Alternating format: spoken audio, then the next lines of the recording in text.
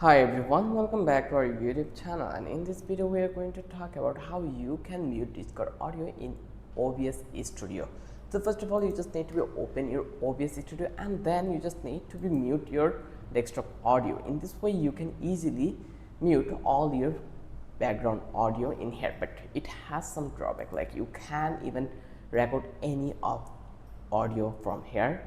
Like if you want to specifically remove your Discord audio, you just need to click this plus icon and then click audio output capture.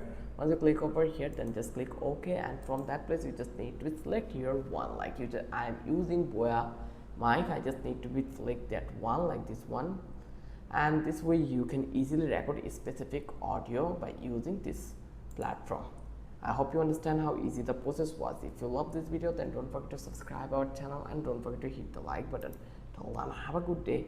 I will catch you in the next video with an interesting topic again.